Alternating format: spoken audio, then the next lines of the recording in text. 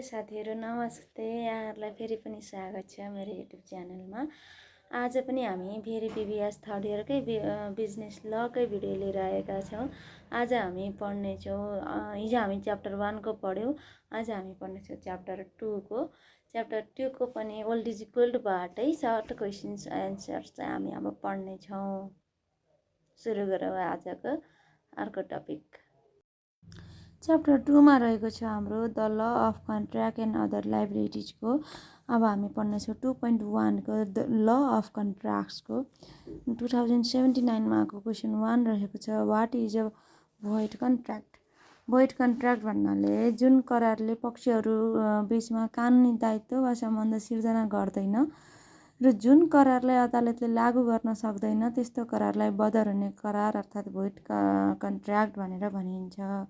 अर्को क्वेसन रहेको छ, वाट इज कन्ट्र्याक्ट। ल करार भनेको के हो? दुई वा बढी पक्षहरू बीच कुनै काम गर्न वा नगर्नका लागि कानुन बमोजिम कार्यान्वयन गर्न सकिने कुनै सम्झौता भएमा त्यसलाई करार भएको भनिन्छ।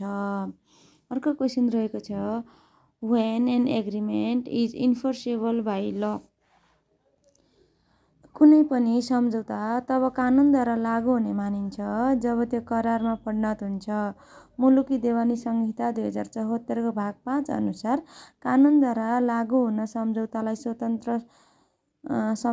स्वतन्त्र सहमति, कानुनी क्षमता, कानुनी प्रतिफल र कानुनी उद्देश्य अनिवार्य हुन्छ। अर्को क्वेसन रहेको छ हाम्रो क्वेसन 4 मा, state to difference between void and voidable contract. बदर हुने र बदर गराउन सकिने कन्ट्र्याक्ट।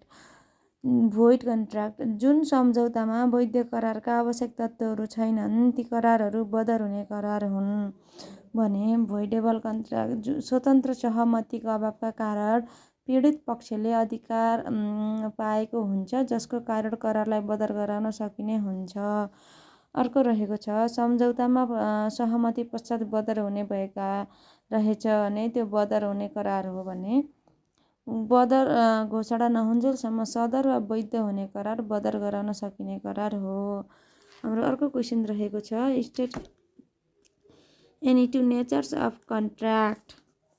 नेचर्स अफ कन्ट्र्याक्ट सम्झौता, दायित्वको सिर्जना, करार, कानुनद्वारा लागू हुने। करार एक सम्झौता हो, यो दुई वा सोभन्दा बढी व्यक्ति वा पक्षका बीच लागू हुने गर्दछ। हाम्रो अर्को क्वेसन रहेको छ, state any to difference between void and legal contract.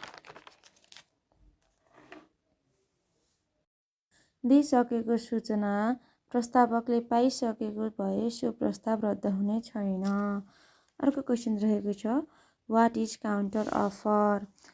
Counter offer भन्नाले प्रस्तावकले राखेको प्रस्तावकलाई स्वीकार गर्नुको सट्टा प्रस्तावित व्यक्तिले नै प्रस्तावकलाई प्रस्ताव राख्दछ भने त्यसलाई प्रति प्रस्ताव वा काउन्टर अफर भनिन्छ। अर्को क्वेसन रहेको छ, state the rule of postal communication. हुलाक सञ्चारका मुख्य नियमहरू। स्वीकृतिको नियम, हुलाकमा चिठी पोस्ट गरेपछि सम्झौता पूर्ण मानिन्छ। सुरक्षित प्रेषण, महत्त्वपूर्ण कागजहरू दर्ता गरेर पठाउनु पर्दछ। सम्बन्धित प्रतिबन्धित वस्तु, कानुनले निषेध गरेका वस्तु हुलाकबाट पठाउन नपाइने। अर्को लास्ट क्वेसन रहेको छ, what is standing offer. Standing offer भन्नाले स्थायी प्रस्ताव भनेको आपूर्तिकर्ताले निश्चित समयका लागि तोकिएको दर र शर्तहरूमा सामान वा सेवा उपलब्ध गराउन गरिने प्रतिबद्धता हो। यो एउटा यस्तो सम्झौता हो जसमा माग अनुसार बारम्बार वस्तु वा सेवा खरिद गर्न सकिन्छ।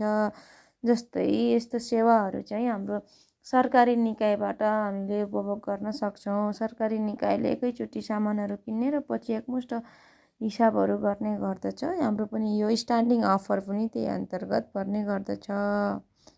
आजलाई यति नै साथीहरू। अब हामी नेक्स्ट च्याप्टरहरू नेक्स्ट भिडियोको साथमा पढ्नेछौँ।